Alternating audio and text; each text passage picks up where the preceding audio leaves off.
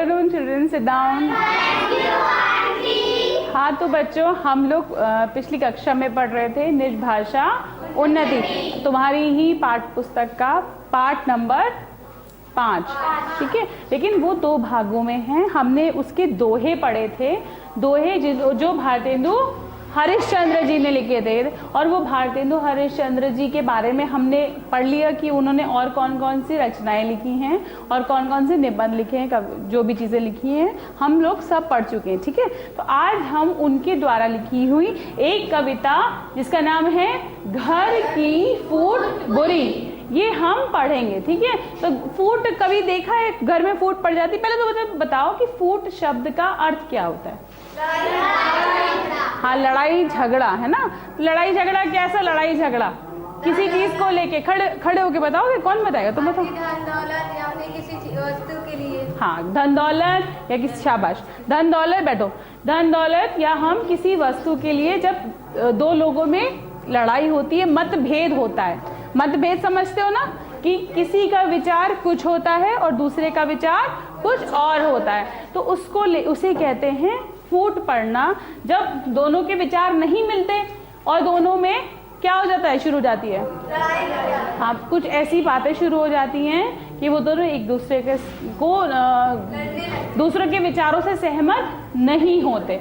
तो उस समय जब विचारों में मतभेद होगा, विचार यानी थॉट्स, यानी हमारे जो दिमाग में चीजें चलती हैं, और अगर उन विचारों में मतभेद से क्या मतलब है, अलग अलग मत हो। जैसे मैं किसी चीज को कह रही हूँ कि हाँ, जैसे मैं किसी चीज के लिए बोल रही हूँ कि आज मैं घर में खाने में ये बनाऊंगी, है ना, लेकिन मेरी बेटी कह रही है नहीं आज मुझे ये खाना है, और मेरे घर में मेरे पति मुझसे कह रहे हैं मुझे ये खाना है। तो इसका मतलब ये नहीं है कि हम लोगों में लड़ाई हो गई या हम लोगों में फूट पड़ गई, है ना, ये नहीं है।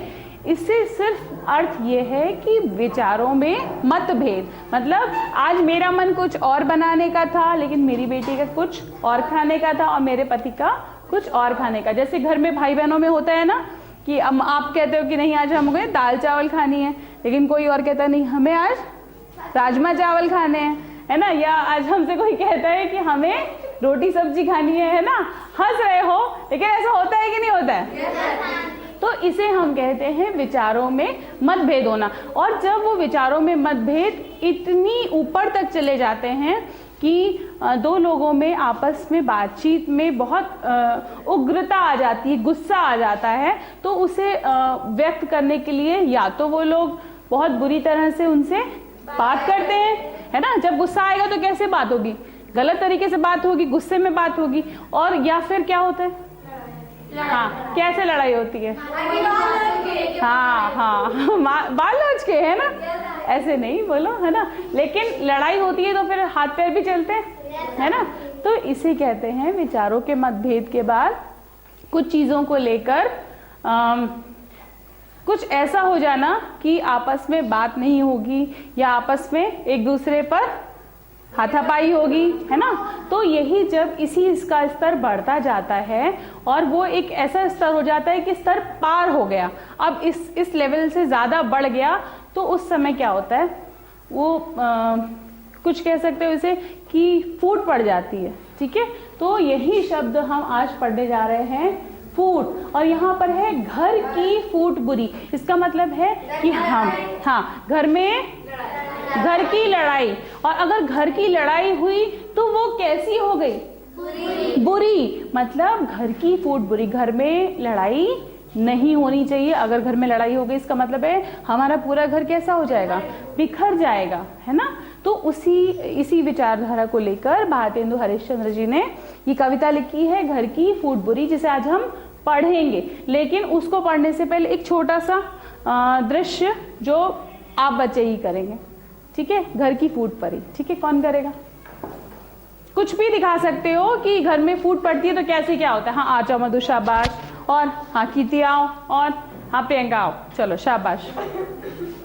तो घर की फूट, हाँ पहले बताओ तो क्या करने जा रहे हो, चलो बताओ। अच्छा ठीक है, ये दादाजी है, हाँ ठीक है, और ये मेरे बड़े भाई और मैं इनका छोटा। अच्छा ठीक है, चलो देखते हैं क्या करते हैं ये बच्चे, शाबाश। बेटा अब मैं बूढ़ा हो गया हूँ, अब मुझसे काम नहीं होता, इसीलिए रानी घर का कारोबार संभालेगा, तुम घर का काम संभालोगे। नहीं पिताजी, भैया बड़े हैं तो इसका मतलब ये नहीं कि वो दुकान संभालेंगे। मैं दुकान संभालना चाहता हूँ। नहीं, रानी दुकान संभालेगा। नहीं भैया, आप दुकान नहीं संभाल देंगे। अरे रामू, ये तुम क्या कह रहे हो? मैं बड़ा हूँ, मैं दुकान संभालूंगा ना। नहीं नहीं, मैं संभालूंगा, मुझे घर में नहीं रहना। मैं अपने दुकान पे जाऊंगा, मैं दुकान संभालूंगा, आप घर को संभालिए। अरे अरे, क्या कह रहे हो? मैं बड़ा हूँ ना। नहीं भैया, आप बड़े हैं, इसका मतलब ये नहीं कि आप। अरे ये भी नहीं है। अच्छा, अब ये बहुत बढ़ गया है ना, इसलिए अब दोस्ती कर लेते हैं और अब अपनी सीट्स पे जाते हैं ना। चलो ठीक है, छोटे से समय में, छोटे से अंतराल में बच्चों ने अच्छा तैयार किया है ना, लेकिन दंगा फसाद कैसे बढ़ता जा रहा था, है ना, बढ़ता जा रहा था। अगर उसको ना रोका गया होता तो क्या होता? हाँ, मारपीट हो जाती है ना। तो इसीलिए इन्हीं शब्दों को, इन्हीं चीज़ों को समझाने के लिए हमारे लेखक भारतेंदु हरिश्चंद्र जी ने लिखी है कविता घर की फूट बुरी। अच्छा, किस किस चीज़ से ये फूट पड़ी है ना, उसका उन्होंने इस कविता के माध्यम से उदाहरण दिया है कि आप देखिए कि किस किस घर में फूट पड़ी और उसका अंजाम या उसका निष्कर्ष क्या निकला, उसका प्रभाव क्या पड़ा, पूरा पूरा घर बिखर गया, बर्बाद हो गया। ठीक है, तो हम लोग देखें। तो मैं उन पंक्तियों को आज लिख रही हूँ इस पाठ का, ये आज आखिरी पद हैं इसके, तो इसे ध्यान से पढ़ोगे, ध्यान से सुनोगे, ये तुम्हें जीवन में भी सहायता करेगा। ठीक है, तो पढ़ते हैं, लिखना शुरू करूँ मैं। जगत में हाँ, घर की फूट बुरी।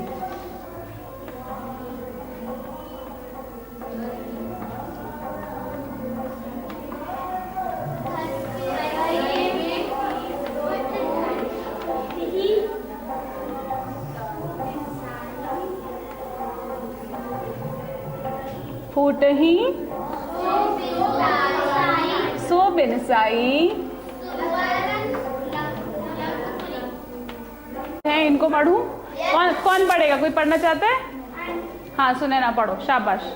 जगत में घर की फूट बुरी, घर की फटही सो बिनसाई, सुबरन लंकपुरी। फूट बैठो। फूटे सौसत कौरव नासे, भारत युद्ध भयो, जो को घाटो या भारत में अबलो नहीं पूज्यो। फूट ही सो जयचंद बुलायो, जवनन भारत धाम, जाको फल अब लौ भोगत, सब आरज होई गुलाम। फूटे ही सो नव नंद बिनासो, गयो मगध को राज, चंद्रगुप्त को नासन चाह्यो, आपो नसे सहसाज। अभी तो कुछ भी समझ में नहीं आ रहा है ना। चलो ठीक है, हम लोग शुरू करते हैं इसके अर्थ के साथ। ठीक है, जगत में घर की फूट बुरी, मतलब जगत में, पूरे संसार में। जगत का अर्थ है संसार।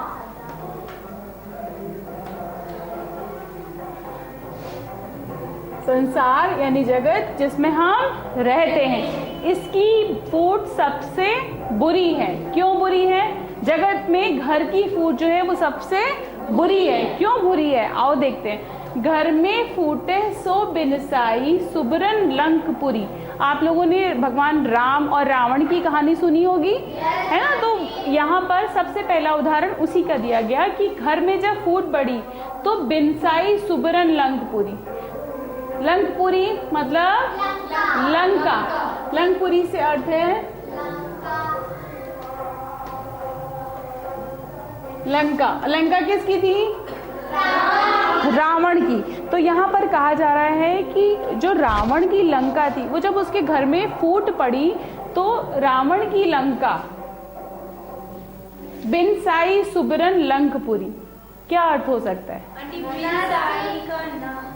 हाँ, बिनसाई नष्ट होना। मतलब कैसे हो गई थी? जल गई थी पूरी। पहले तो जल गई थी, हनुमान जी ने जला दी थी, और उसके बाद में क्या हुआ था? भगवान राम के द्वारा भी वो पूरी तरह से नष्ट हो गई। तो बिनसाई मतलब भूलना या नष्ट होना, बिनसाई। नष्ट होना। सुबरन, सुबरन, सुबरन शब्द से क्या अर्थ है? बिनसाई, हमने देखा नष्ट हो गई, मतलब घर की फूट से पूरी पूरी लंका क्या हो गई? नष्ट हो गई। सबको समझ में आ गया? अगली पंक्ति पे आए। फूटे ही 100 सत कौरव नासे। 100 कौरव, कौरव कितने थे? 100 भाई थे कौरव। तो यहाँ पर कहा जा रहा है कि उसी फूट के कारण भारत युद्ध भयो। कौन सा युद्ध हुआ था? भारत में युद्ध हुआ था। कौन सा युद्ध हुआ था? हाँ, और किसके किसके बीच में हुआ था? हाँ, कौरवों और पांडवों के बीच में जो युद्ध हुआ था वो था महाभारत। महाभारत का युद्ध हुआ था कौरवों और पांडवों के बीच में। तो वो भी तो भाई थे, भाई थे।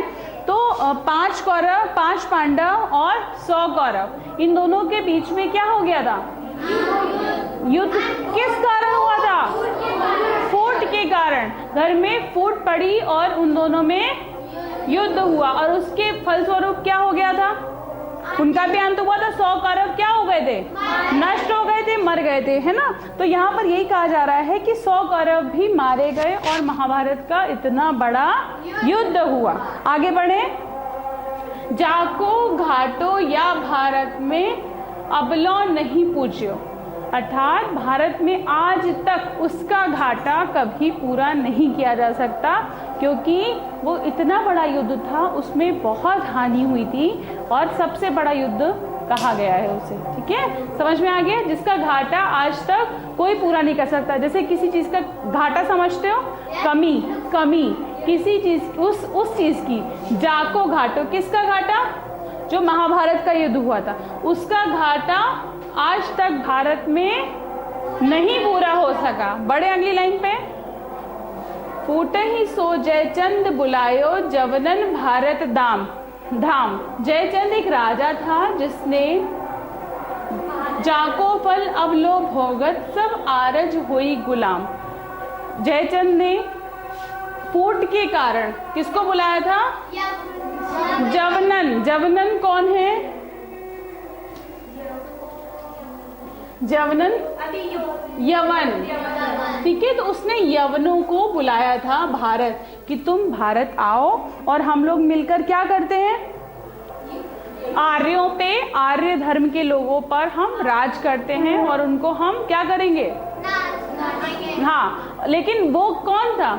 जयचंद कौन था? जयचंद हमारे ही भारत का एक राजा था, लेकिन उसने बुलाया यवनों को और आज तक आर्य समाज के लोग अवलो भोगत, अभी भी भोग रहे हैं। भोगना मतलब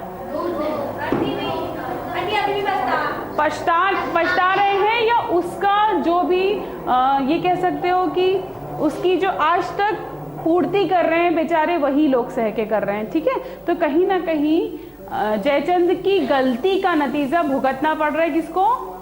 आर्यों को। आर्यों को फल अबलो भोगत सब आर्ज होई गुलाम। आज भी आर्य समाज के लोग क्या बन के रह रहे हैं? गुलाम। समझ में आया सबको? फूटे ही सो नव नंद विनाशो गया मगध को धाम। जय चंद्रगुप्त को नासन चाह्यो आपो नसे सहसाज। देखो, नवनंद, विनाशो, विनाशो का अर्थ क्या है बेटा? विनाशो, विनाश यानी किसी को पूरी तरह से नष्ट करना या खत्म करना। विनाश यानी खत्म या पूरी तरह से समाप्त करना। तो फूट के कारण ही नवनंद मतलब महापदम नंद, ये नवनंद शब्द प्रयोग किया गया, इनका नाम था महापदम नंद। उन्होंने मगध के राजा कौन थे? हाँ, तुमने इतिहास में पढ़ा होगा, मगध के राजा चंद्रगुप्त। तो महापदम नंद ने चंद्रगुप्त को मारने के लिए किसको बुलाया? चंद्रगुप्त को। फूट के कारण ही उसने बुलाया नहीं किसी को। महापद्मनंद ने विनाश करना चाहा। किसका विनाश करना चाहा? मगध के राजा का। मगध का राजा चंद्रगुप्त। तो चंद्रगुप्त को नाशन चाहे हो, चंद्रगुप्त का नाश करना चाहा।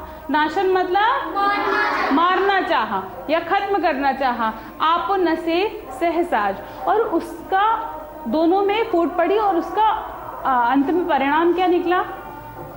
किसी को पता है?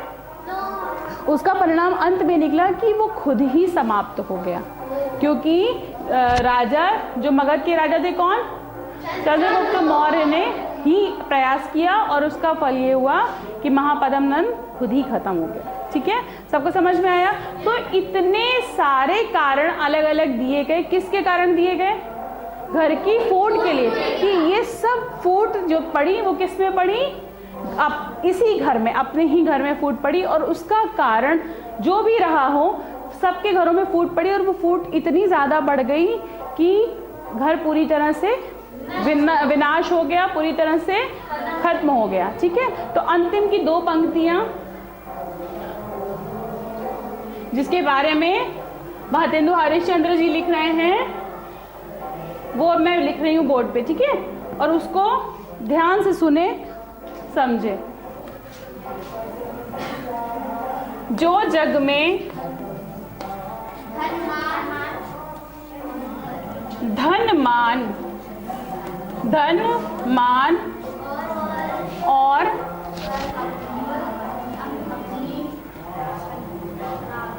बल अपनी राखन होए,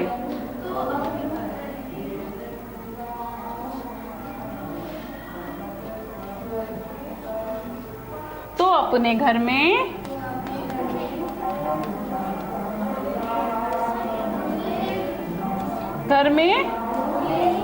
भूले ही क्या है? भूले हो फूट करो जन कोय। इसको जल्दी से समझते हैं।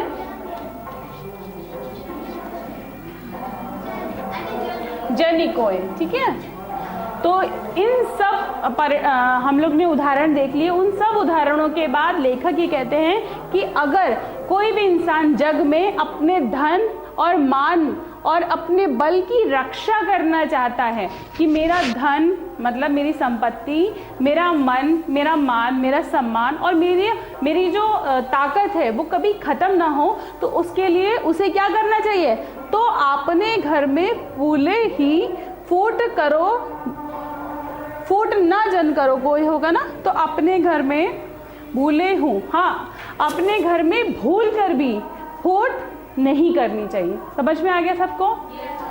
इन दोनों पंक्तियों को एक बार फिर से दोहरा रही हूँ। अगर अपने पूरे संसार में धन, मान और बल, धन यानी पैसा, मान मतलब सम्मान और बल मतलब अपनी शक्ति, इन सबको स्थापित रखना चाहते हो, सही रखना चाहते हो, तो आपको क्या करना है? अपने घर में कभी भी फूट नहीं पड़ने चाहिए। सबको समझ में आया? तो आज ये पाठ यही समाप्त हो रहा है। इसका गृह कार्य मैं दे रही हूँ, वो आप लोग नोट कर लीजिए।